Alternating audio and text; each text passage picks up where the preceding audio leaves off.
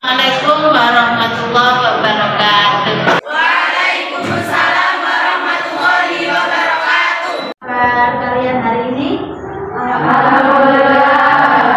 Hari ini apakah teman kalian masuk semua?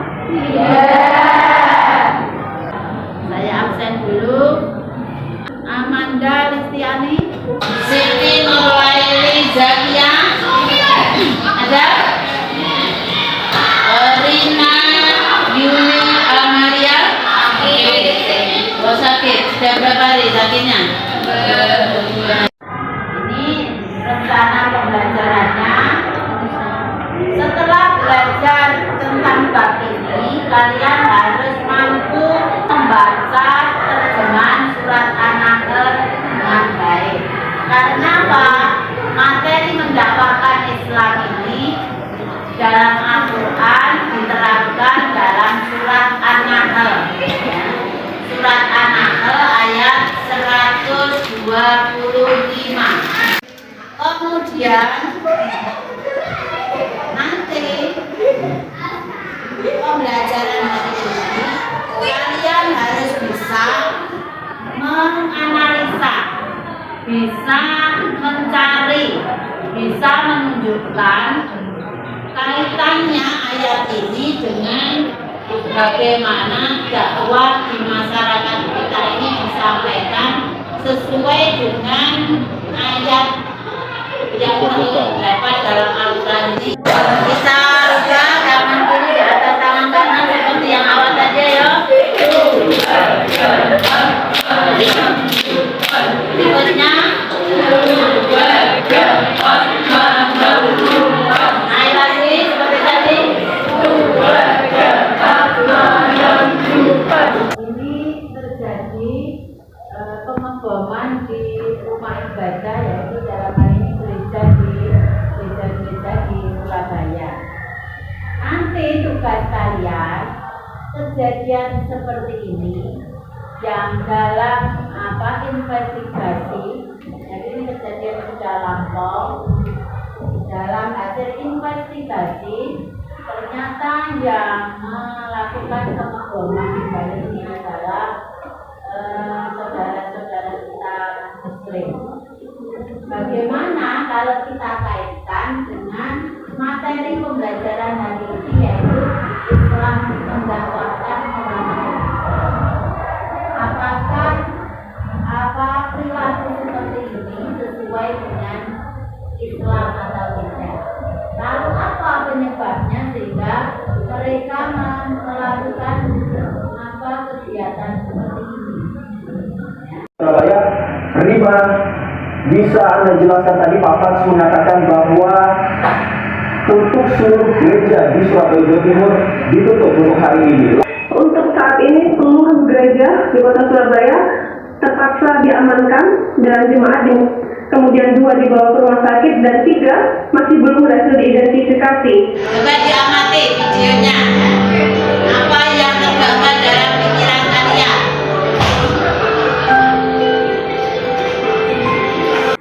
Kemudian coba bandingkan dengan video yang ini.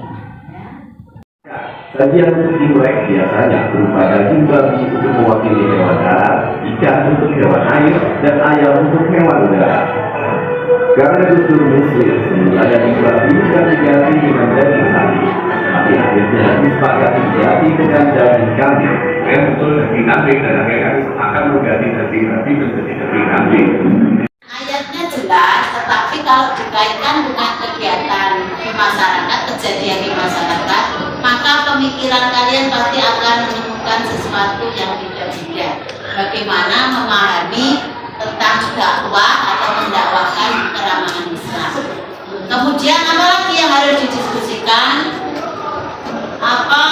Bagaimana dakwah, contoh dakwah yang ramah. Lalu apa yang didapat? Dakwah yang ramah dengan dakwah yang tidak ramah. Kemudian yang ini contoh yang sekarang Kita akan berbicara tentang Islam yang ramah dan menyenangkan. Kenapa? Karena konsep Islam itu adalah arsalnaka ila rahmatan lil alamin. Rahmat untuk semua alam, untuk semua orang. Tidak hanya rahmatan lil muslimin, tetapi rahmat untuk seluruh sekalian alam. Jadi tugasnya sekarang setiap kelompok definisi dakwah menurut Islam itu atau menurut pendapat kalian ya. Kemudian dakwah yang sesuai dengan surat An-Nahl ayat 125 itu seperti apa yang sudah kalian ketahui di masyarakat.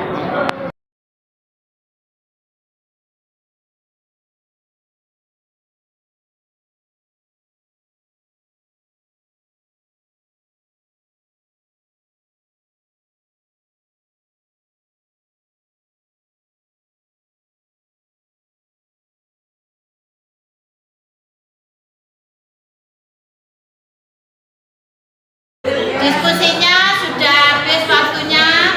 Sekarang waktunya mempresentasikan hasil diskusinya.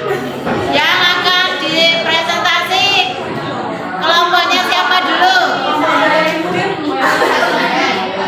Kelompok Mbak Yai Munir itu adalah pendiri dari pesantren kita tercinta ini, yaitu pesantren Raudhatul Muta'alim yang menaungi Madrasah Aliyah Wali Songo ini. Assalamualaikum warahmatullahi wabarakatuh. Waalaikumsalam warahmatullahi wabarakatuh.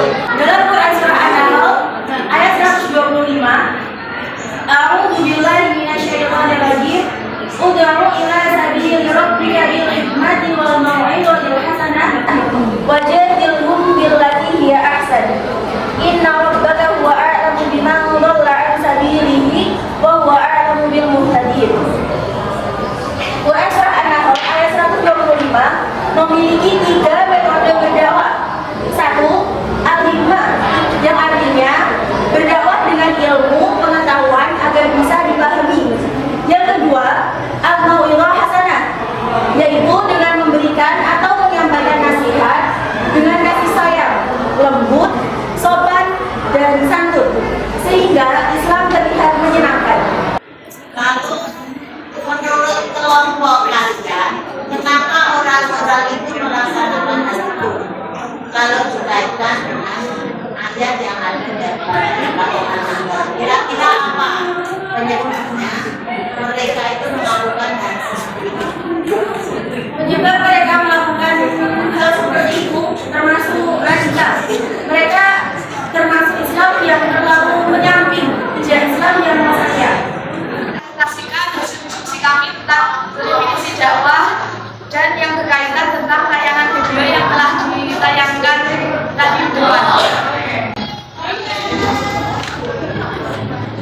Definisi dakwah secara biasa adalah ajakan, himbauan, tuntunan. Definisi dakwah secara istilah adalah ajakan himbauan yang diberikan kepada manusia. Dakwah yang sesuai ajaran dan tuntunan surah An-Nahl ayat 125. 1. Menyuruh beribadah kepada Tuhannya. 2. Taati segala perintahnya. 3. Dakwah dengan contoh suatu hasanah atau suri tauladan yang baik. Hasil diskusi tentang tayangan video. Dalam video Kembali di Gereja Surabaya sangat tidak sesuai dengan Al-Quran dan As-Sunnah, karena dalam Al-Quran kita tidak dianjurkan untuk berlebihan dalam agama, seperti yang dijelaskan dalam surah An-Nahl ayat 125.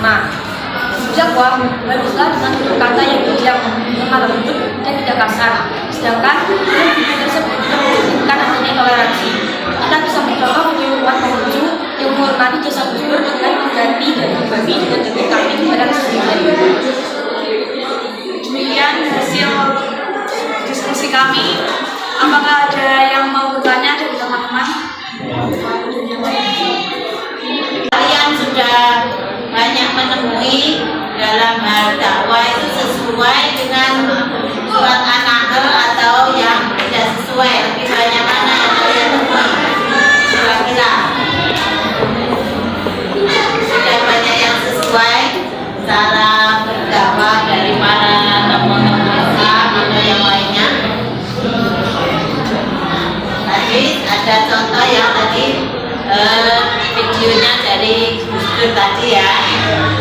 Jadi coba teman-temannya ada yang nanya apa enggak?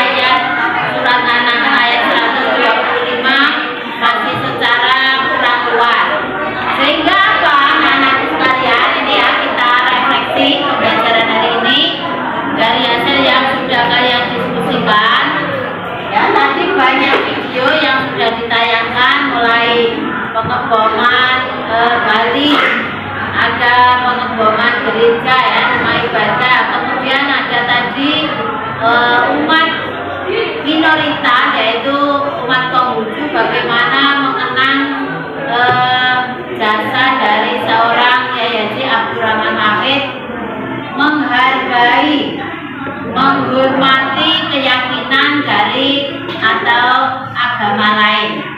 Sehingga mana yang harus kita contoh, kita kembangkan dalam kita mendakwahkan, menyampaikan dakwah keramahan Islam. Kita bisa belajar dari sejarah, anak-anak sekalian, sejarah bagaimana Islam berkembang di Indonesia ini. Yang dulu konon Indonesia sebelum Islam datang sudah masyarakatnya sudah memeluk agama Hindu, Buddha dan sebagainya. Itu artinya apa?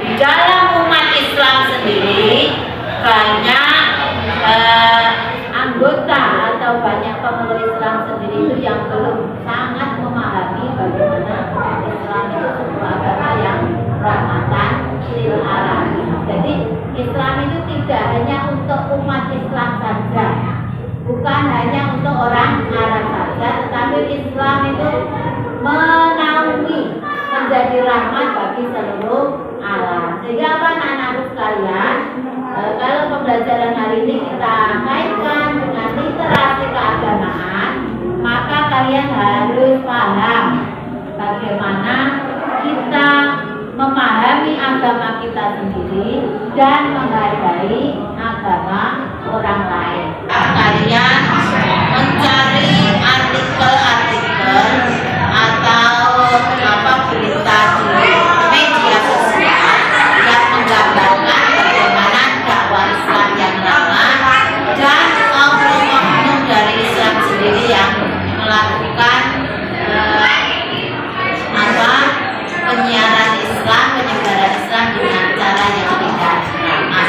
Maka dari pembelajaran hari ini kalian harus belajar menambah literasi, menambah wawasan bagaimana ajaran agama kita itu secara mendalam, sehingga kita bisa beragama dengan baik, menjalankan agama kita dengan baik, sekaligus bagaimana kita nanti ketika kalian semua terjun di masyarakat menemui ya tetangga atau sahabat kita yang mempunyai keyakinan lain, kita tetap bisa hidup berdampingan dengan baik, karena memang agama Islam itu agama yang diutus untuk seluruh alam. Agama ini hasil penting yang harus kalian catat dari pembelajaran hari ini, kita mendakwahkan Islam dengan cara yang sudah disampaikan oleh Surat An-Nahl ayat 125. Sebelum kita tutup, mari dibaca